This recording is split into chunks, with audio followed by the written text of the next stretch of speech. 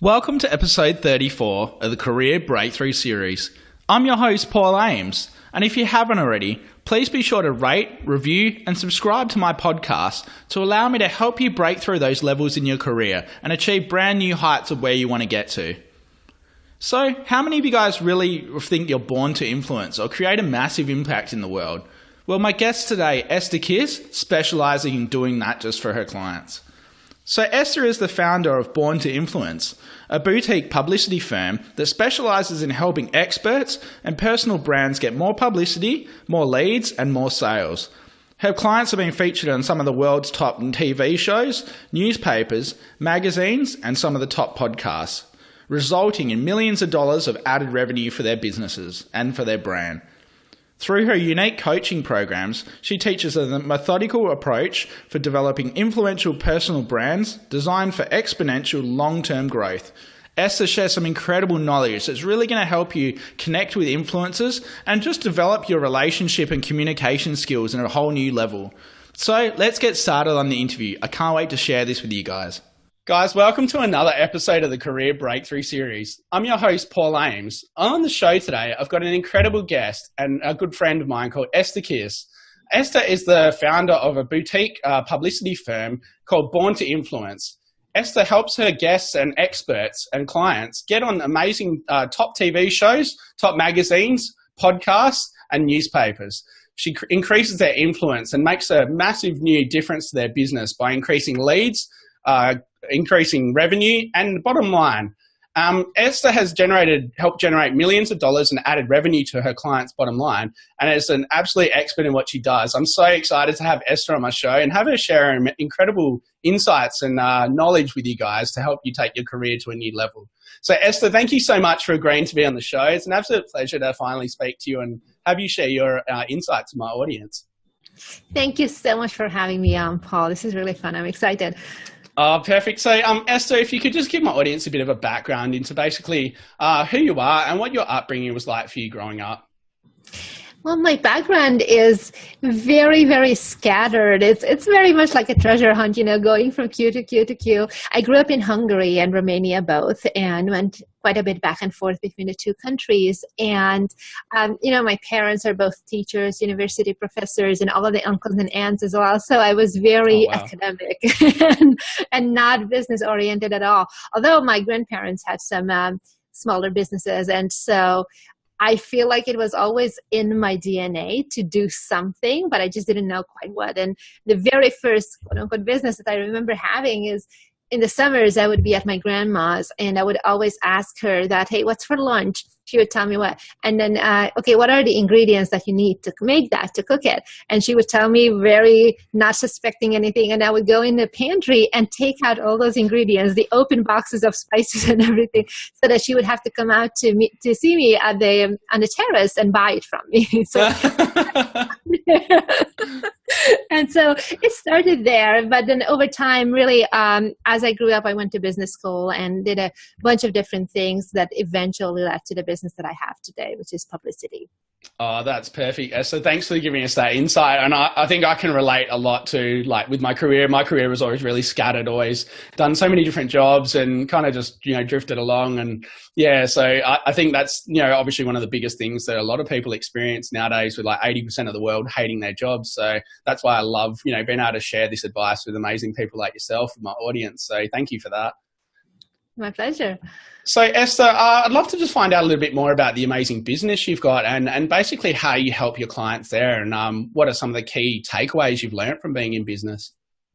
3.5 years ago, I really wanted to get started in the entrepreneur, expert, personal brand industry where there's a lot of coaches and consultants and speakers and authors, and it really attracted me, but I didn't have any connections. I wasn't really someone who was known or who was friends with people who are known. And so I thought, well, what a better way to start developing those relationships with the top level players than to start a podcast and give them a platform so that we can talk about their stuff, talk about their message, let them have more exposure, give them an audience, talk about their books if they had any coming up or events or something like that. And so we started a podcast with my good friend Meta Miller called Born to Influence. I love And the it. whole idea was to connect with influencers, with New York Times bestselling authors and very successful entrepreneurs who have 7, 8-figure businesses, and talk with them about their marketing strategies, what they do, why do they do what they do, and really what can we do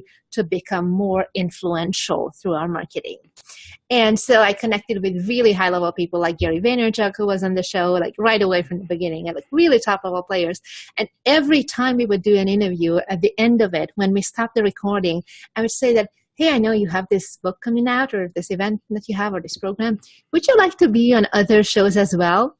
And they would always say yes. So I would start introducing them and booking them on podcasts just to help out and to start building that relationship and invest in that. And over time, word got out. And then one of my clients came to me and he said that, hey, I have this client who's a best-selling author. Can you help him get on some podcasts? And I'm like, yeah, sure. And he's like, yeah, but this time you have to charge for it. So I'm like, okay, fine, if you insist. Yeah, don't twist my arm, yeah. There was a whole deal. How do I charge for this? What kind of value do they really get? But we eventually got it figured out. And, because my background is in business development and marketing for so many years, what I do now is I combine both. So we look at their messaging, who is their target audience, what do they need to hear and believe in order to want to take that next step with you, what kind of influencers do they follow, what kind of media do they consume. So it's not just publicity, because most publicists or publicity agencies, when they try to sell a prospect, but they will say to them, hey, I can get you on this TV show or whatever that they think that they can get for them. And they say, I'm going to get you $3 million worth of free advertising. Okay, but how does that contribute to their business? Does it make sense? Is it a relevant audience? So we really look at that all and combine everything, not just the publicity piece, but also how do you repurpose it as content in your funnels, in your marketing, all of that. Make sure that it's really on point so that you get the best results possible. Definitely. That's brilliant. And there's a few takeaways. I love the same thing about podcasting. I think that's one of the big things I love doing is obviously I love speaking to people and connecting and sharing people's message. And I think the big thing is I've helped quite a few of my guests with opportunities within each other or introduced them to each other. And they've gone away and done some incredible things. Like 2 of my friends have gone and produced like a music video.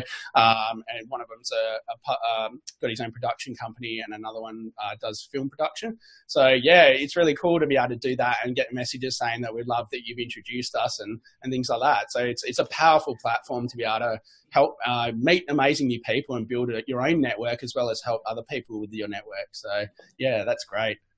Absolutely. And podcasts are so powerful, particularly if you have a niche offer. So something that is not mainstream, like weight loss or fitness, that the average person on the street would be interested in. If you have, let's say, copywriting services, or even if it's fitness, but it's very niche to a particular age range, or like women, with hormonal problems of a particular type, it's a very narrow market. And so looking at podcasts and seeing where can you find the right audiences that are much smaller in size than being on a big TV show or on some big mainstream media outlet, but they're so targeted that it can be a lot more effective if you're looking to grow your business and get leads and sales. Definitely. Thanks for sharing that, Esther. And I really love what you said about that. I think that's a really key point that people should take on board as well. A lot of these big agencies or big companies are just trying to get you free advertising or free marketing. They don't really focus on what your niche is or who your target market is. So you could be well and truly going on, one of the biggest shows in America or Australia or wherever. But if that's not where your audience is hanging out, or that's not where your customers or target market are hanging out, then it's kind of doing it for nothing. It's not really focusing on generating sales or generating anything that's going to help you in your life or your business. So that's a really great takeaway there. So Esther, I'd love to know, we've all got a really positive trait, a really positive habit that's really helped us achieve the success we've generated in our life. But we've also got a really hindering habit or trait. What do you think would be your biggest, most positive habit you've got? And also, what would be your most hindering habit that's kind of holding you back from achieving the next level of success you're looking for? I love this question. So I think that the biggest positive one is, I don't know if it's a habit, but more of a motto and a philosophy that I live by, which is to lead with the spirit of generosity and giving, and continually build relationships where you take yourself out of the equation and focus on the other person. And I'm very intentional about that, to try and help really everybody who I meet, because I know that by helping them, like how you were giving the example, introducing those those two people. You didn't do it to get an affiliate commission. You just introduced them, but all they know is that you are the good guy. Over time, you are building great business karma that comes back to you, and opportunities come to you. And that's what my experience has been with this approach. Absolutely. And then for a bad habit, maybe, I think I don't focus too much on my own stuff. Like, I always want to, I mean, which sounds like very noble and everything, to work on my clients' projects, but I end up not doing enough of what I could really do to scale my business. So I have the done-for-you publicity services, and I also have some coaching and online programs. I really want to scale that side and to build out an audience for people who can't quite justify hiring a publicist at this stage if it's too early for them, but they would still benefit from getting publicity, so I can teach them how to do that. And I do have a couple of courses. It's not like I didn't do anything, but I just feel like I need to put more focus on that. Yeah, definitely. I can relate to that one as well. I think a lot of, business people or people in their career can possibly relate as well, where, I've done the same. I think for so long in business, that was like one of the big obstacles I had to overcome. I was so focused on just giving that I was undercharging and undervaluing what I was worth. And so as a result, I wasn't generating the level of success I really wanted in my business, or things just weren't going as planned as where I wanted. So I think by, focusing a bit more of my energy on, how I can grow and things that I can do differently, definitely, it's like a fine balance to be able to do both, give value and, add a lot to your client, but also try and help yourself as well. Yeah, absolutely. Yeah. So, Esther, I've got a bit of a random question. I usually ask these at the end of the interview, but I'm going to mix it up a little bit. So, obviously coming from my career counseling background, there's a question in there from solution-focused therapy called the miracle question. So imagine if you went to sleep tonight and overnight a miracle had occurred. When you woke up the next morning, everything you ever wanted in your life or any impact you ever wanted to make on the world had come true. There were no mental roadblocks and there were no financial roadblocks holding you back. What would be the biggest impact you'd want to make on the world, and why would it be so important to you? The biggest impact I think I could make is to talk more about essentially what we talked about here, to connect with others, to be intentional about that, and to lead with the spirit of generosity and giving. I think that that's really something that a lot of people miss out on, because it seems to be that when they're connecting with influencers, not everybody, but often it becomes very transactional. Hey, I'm going to do this for you so that you can do that for me. And it may work for the first deal, but you don't have a solid foundation for a long-term relationship. Exactly. So focusing on leading with giving, I think that that's the biggest thing that I would have to talk about all day long. That's awesome. And I completely agree. I remember I wrote an article on Influensive about this not so long ago. And I think it's basically how I've been raised and brought up is I've always viewed people the same. I've never viewed anyone regardless of status or financial, how much they earn, anything like that. I view everyone the same, and I talk to people the same. I don't, put anyone on a pedestal, because I like the saying says, if you put people on a pedestal, they've always got someone to look down at.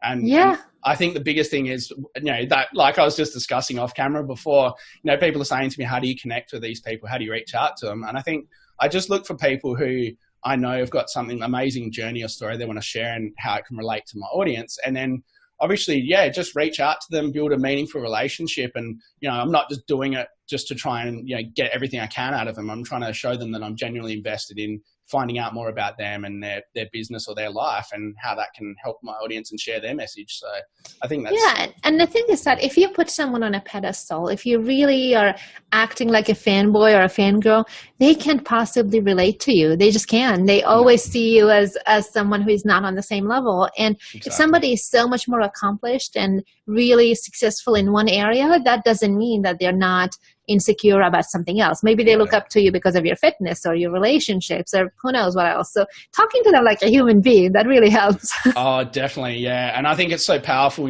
obviously, so just moving on from that. So, or touching on that same subject, sorry. So obviously my audience is mainly around people in their career, but I do have a lot of business people on here as well. What would be some of the best advice or best takeaways that you could offer to be able to help my audience with generating or building effective relationships? What are some of the best strategies you've learned that could help them build great business connections or personal connections to move them forward in their life? Well, I have 3 pieces of advice. Awesome. And number 1 is the mindset. It's definitely to get really clear on being on the same level with everybody, not to put them on a pedestal and not to feel intimidated. If you feel like you want to connect with somebody who, like a Gary Vaynerchuk, for example, or someone who is a really high level influencer, or at work, maybe it's your boss's boss or your boss's boss's boss. It could be that it feels, especially in the corporate environment, that there is these things that you are not supposed to cross. But you should, because otherwise how else will you ever elevate, and building human relationships is really at the core of it. Now, the second piece that I have is to connect with people on an energetic level before you actually get to meet them face to face. So for example, if I'm about to connect with someone for the first time on Skype or Zoom or a phone call or something like that we have scheduled, before that I will just tune in energetically and think about what kind of person are they, and start describing them in terms of nouns rather than adjectives. So nouns are the question, they answer the question what, like a dog, a house, a wisdom, something like that, concepts it could be even, rather than what is he like or what is she like, tall, smart, And the reason for that is because every single time so far that we've described someone in our lives, usually we used adjectives. So those words are not as meaningful to us anymore because we said about 100 million people before that they're smart or tall or whatever, So start describing them, really tuning in, and then think about it. Let's say if I were to describe you, I would say that Paul is kindness, Paul is wisdom, Paul is joy, like things like that would feel true. And it doesn't mean that I have to now do a huge social media investigation to find out all the factually accurate things, like he has 2 dogs or something, It's not about that. It's more about what kind of person are they. And the reason for that is when then they come to that phone call with you or that Skype call or however you're connecting face to face, they feel that energetic pathway between the two of you has been opened. And now they feel welcome. It's you get yourself out of that psyched up situation where you feel like you have to perform in a certain way because they're this big name influencer. So you're not trying to modify your own behavior. You are providing a safe space for them to feel welcome in, and they feel that. And if somebody has made up their mind ahead of time that they're not going to like you no matter what, then you can force them into liking you. But this helps big time with having a very friendly conversation right out of the gate.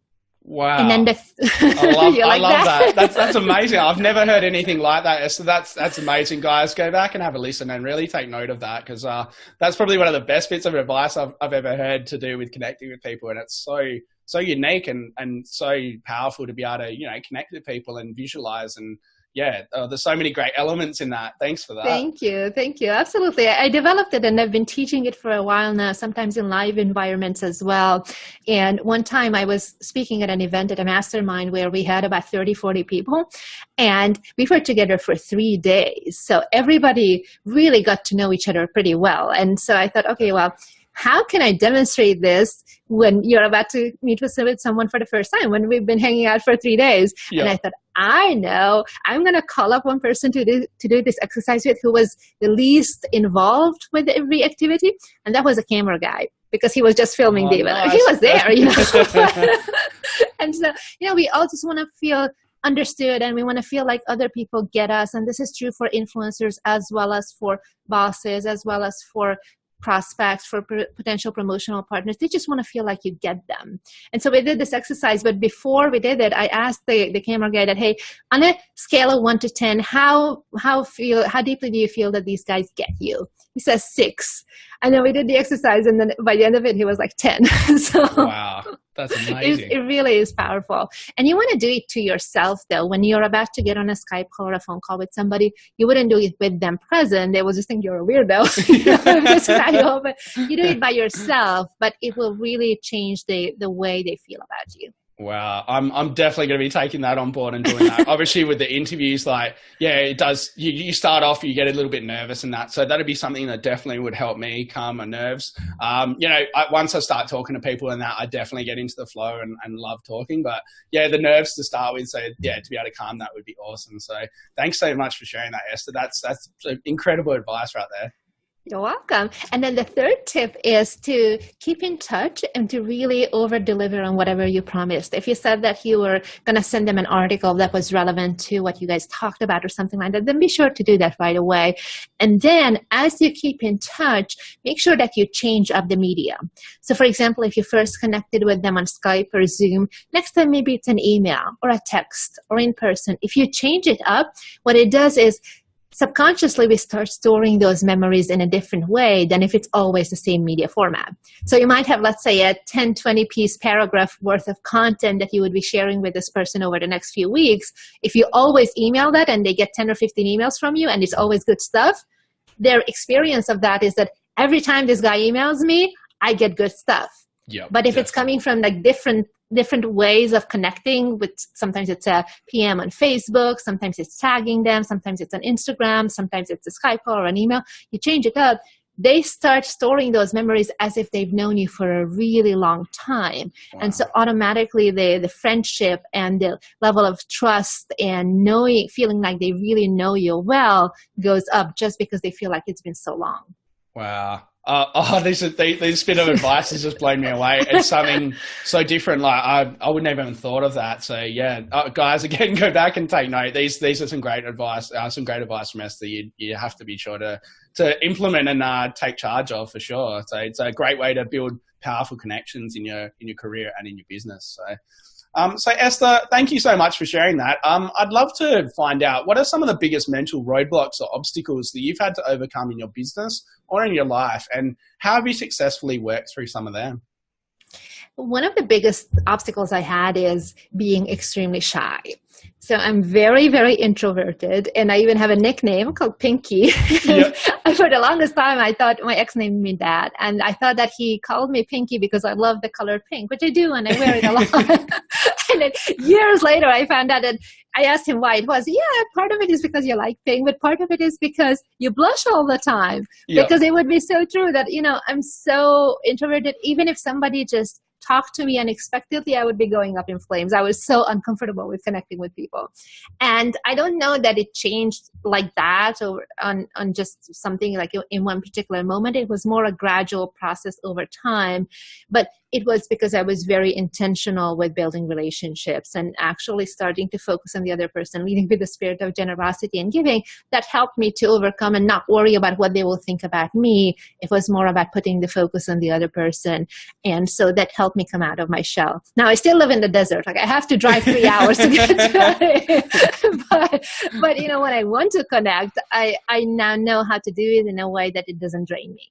That's perfect. Well, I can really relate to that too, Esther. Like, I think my biggest thing, I was very much the same. Like, I am an extrovert by nature, but I think because I was kind of suppressed for so long, like, I feel like I really came out of my shell when I hit like my late 20s. I really just came out of my shell and loved connecting with people. And it was kind of because I was never instilled with any confidence, or, I wasn't really given much guidance or direction. So as a result, I kind of just, floated under the radar and tried to avoid everything and, not connecting with a lot of people. And when I realized that, a lot of people were coming to me or friends were coming to me and asking for help and guidance, I really just started to open up and, realize that, this is a natural ability and natural trait of mine, that I am a good connector and I love communicating with people. So I can really relate. I was, in my little shell for so long, and when you break out and are able to, connect with people and find it easy to build relationships, then it's such an amazing and powerful thing to have. So yeah, I can really relate to what you've just shared. So yeah, it's so true. Yeah, and confidence really is a choice. It comes down to your mindset. And if you have decided that you're going to become confident, you don't necessarily need, a lot of experts say that, look at your past accomplishment, and that can help you if you really need that. But real confidence comes from trusting and knowing that you are worth it and owning your own value, because otherwise you will be always dependent on the next thing, whether or not it worked out, right? Yeah. So envisioning yourself, journaling about it, and envisioning yourself as that next level version of yourself, and then putting yourself into that person's shoes who you're capable of being, one day you're sure you will be when you're successful, right? So what is the point of view and the mindset of that version of you? How would you behave? What kind of approaches would you have? What kind of habits would you have on a daily basis? And start acting from that place. Definitely. That's so true. And I saw one of your posts, I think it was last week, about journaling. I saw you just started journaling, and it's something that I've actually just started. One of my previous guests, Alan Brower, he's the creator of Self Journal,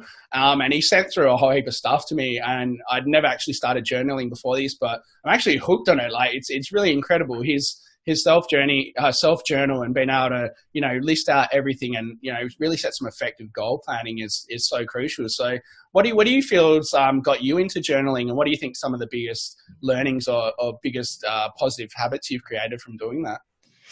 I've been journaling on and off for many, many years. But the first time I remember I had to make a list about the things that I wanted. I was about 18 years old, maybe, because I was still in high school. And somebody told me to list down 100 things that you want in your life. And it could be experiences or actual physical, tangible things. And I'm like, I don't have 100. But then you start like breaking your brain over it. Yep. And after 15, 20, I'm like, oh yeah, and I want that, and I want that, and I want that. And I completely forgot about that list. And I found it maybe like 15 years later or something. And I'm like, wow, a bunch of these things came true just from the power of writing it down. And that was not even journaling. That was just making a list. And about 10 years ago or so, I read this book called The Artist's Way by Julia Cameron, which is something where she teaches creatives, whether you're an entrepreneur or an artist, doesn't matter, somebody who really has a lot of creativity in them and want to express it. We have just so much chatter in our heads. So what she teaches is the morning pages. The first thing in the morning, you write down freehand 3 pages worth of stuff, of stream of consciousness, just whatever comes to mind. So that's how I first got started with this, just getting the crap out of my head. Yep. And then over time, I fine-tuned it where now mostly I focused on what I want to create. So writing it down as if it has happened already, as if it was a true thing, for a goal that I'm emotionally able to connect to. So for example, I write down things like, I can clear my inbox anytime I choose to, or my clients love me and my clients love me and they're getting fantastic results and they're happy and eager to renew with me all the time. Like things like that, like I actually manifest for my clients as well as for myself. It really, really works because the universe feels that vibration that you're putting out through your writing and through the way you talk with others and the way you think and feel. And it starts matching the same type of vibration. So the physical reality starts to catch up with that and it really comes true. Now you do have to do the action. It's not enough just to write. Right. Exactly. You actually have to do the work, but it's so much easier when you're focused on it, and journaling really helps with that.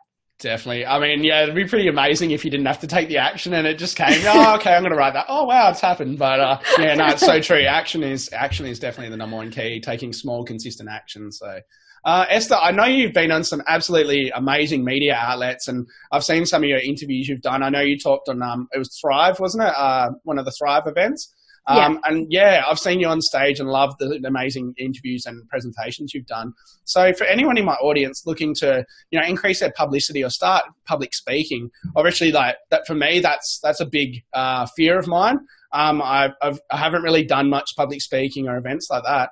So what are some of the best tips and advice you'd have for potentially overcoming your fear of public speaking? I know everyone says, get out there and just do it.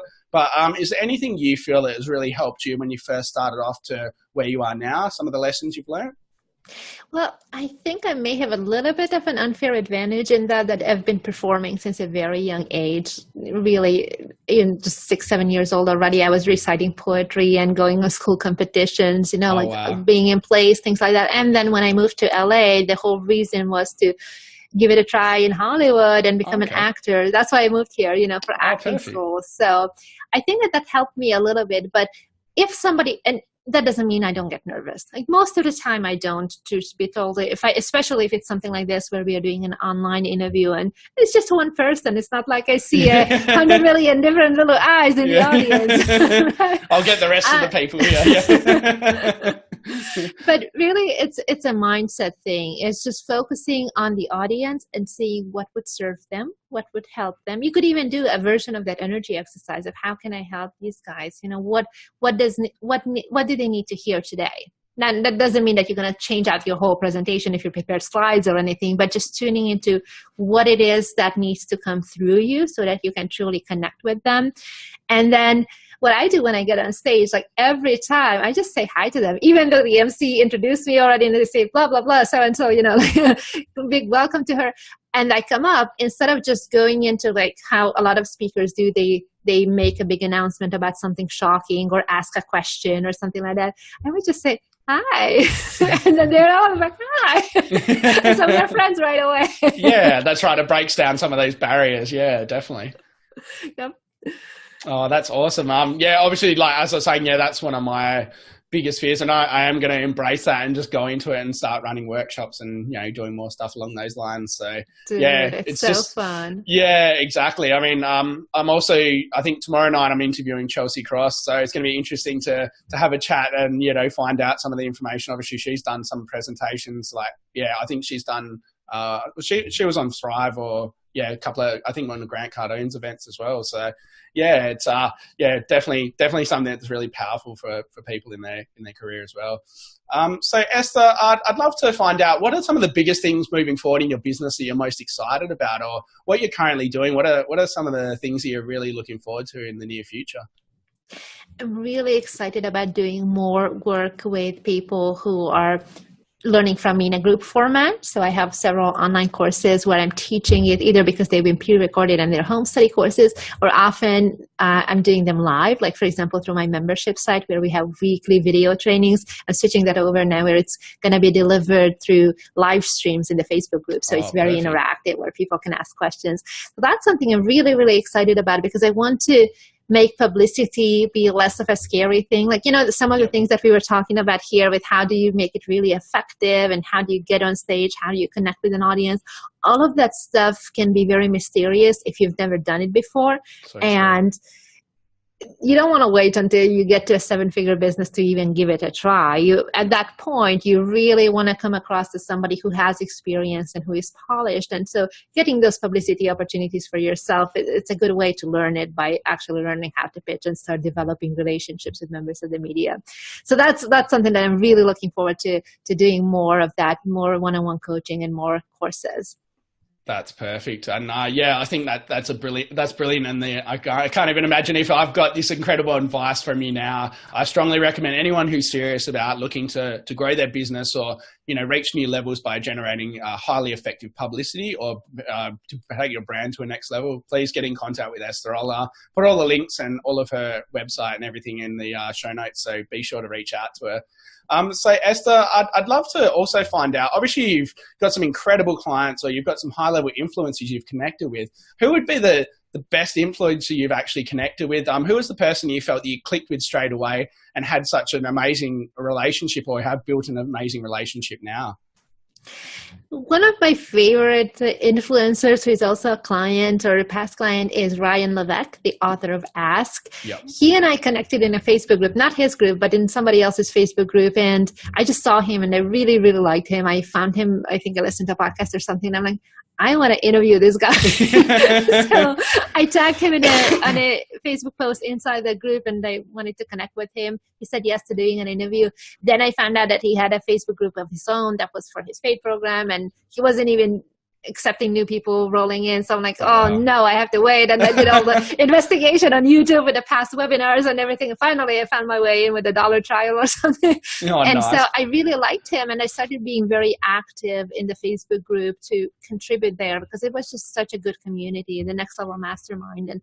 And I liked it. And so one day there was someone who was doing a presentation on publicity and it was a presentation for the group. And she said something like, it's very difficult to find opportunities where you would get exposure. And I'm like, no, it's not. She was saying it in the context of online, like a podcast and things like that. And I'm like, I just so disagreed with her. And so I said that, I just booked one of my clients on 20 plus shows in the last couple of weeks. Wow. And Ryan is like, can you do that for me?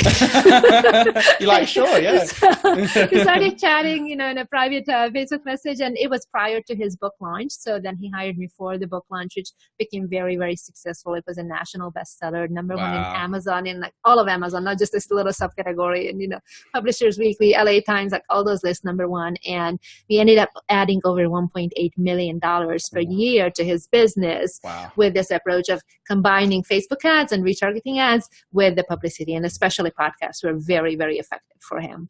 Wow, that's amazing. And hearing that, Esther, you should be so proud of yourself. I think it's amazing the business you've created. And, been speaking to you for a little while now, I think you're an amazing person. You do offer so much value. And as I said, you should be proud of what you're doing and the level of success you've achieved. Thank you. I appreciate that. Thank you. So Esther, what would be some of the best career advice that you think you've ever heard? I know obviously you've been in business for a little while now, but what do you think's the best advice that you've heard from anyone? The biggest and best advice probably is to really connect with people. Start developing your network before you need it.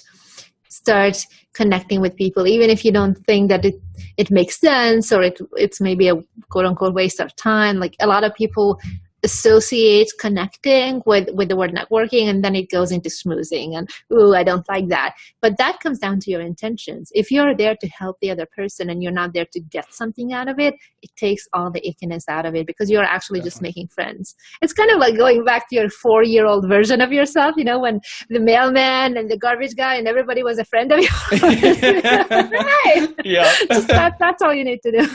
Yeah, so true. And I love that. That's such a simplified way to put it into perspective. And I think that's so true. It's I don't do complicated. The simple things. That's what you want. No, oversimplify. That's perfect. So Esther, just getting ready to wrap up soon. It's been an absolute pleasure to speak to you, and I've got so much advice and stuff I'm going to take away as well. I think that's one of the things I love about podcasting as well. You get some incredible insights and learnings from amazing people like yourself as well. So Esther, where would be the best place for my audience to reach out to you? Say they wanted to, find out about these incredible courses or, to take their business to a new level with their publicity or personal branding. Sure. So I have a lot of free content on my website and on my Facebook page as well. The best way to connect is on my site. It's borntoinfluence.com. And I have a free gift for your audience that will actually help you getting started with publicity. It's exactly how to connect, how to position yourself in a way that members of the media actually see you as an expert and they want to interview you. So how to create a compelling bio, your headshots, lead magnets so that your interviews convert, media page, all of that. One page, you print it out and you can just refer to it to make sure that they really see you as the person who they should include in their articles and podcast interviews or any media really.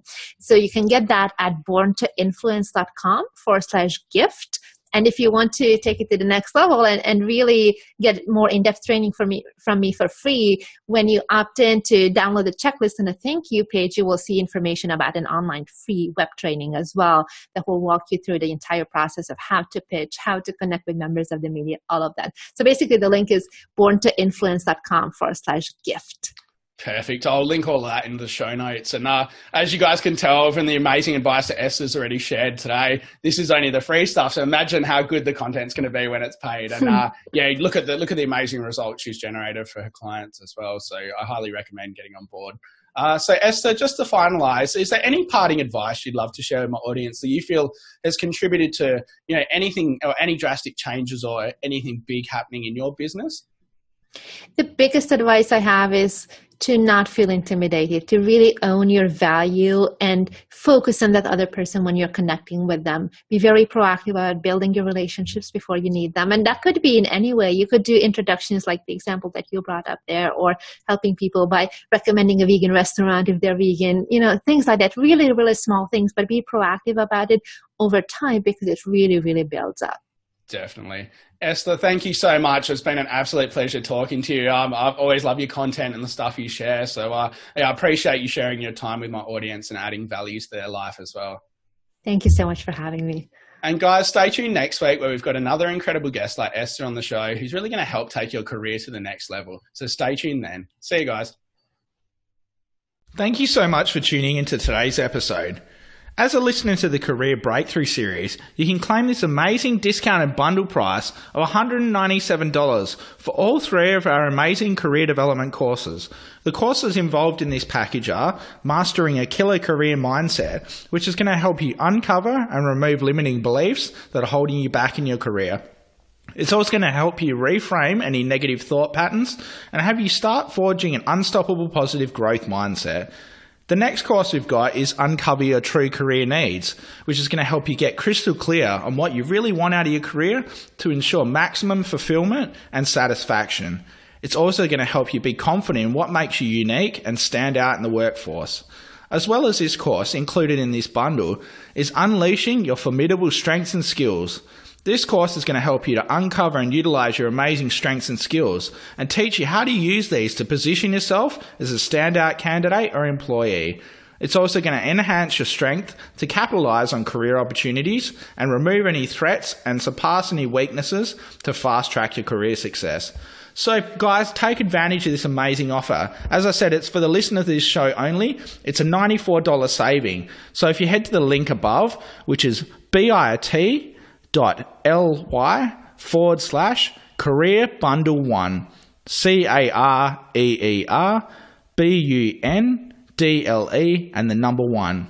So just again, guys, it was bit.ly/CAREERBUNDLE1. Guys, be sure to jump on this. It's an amazing opportunity that's really going to help you fast track your career success and get into a career you truly love.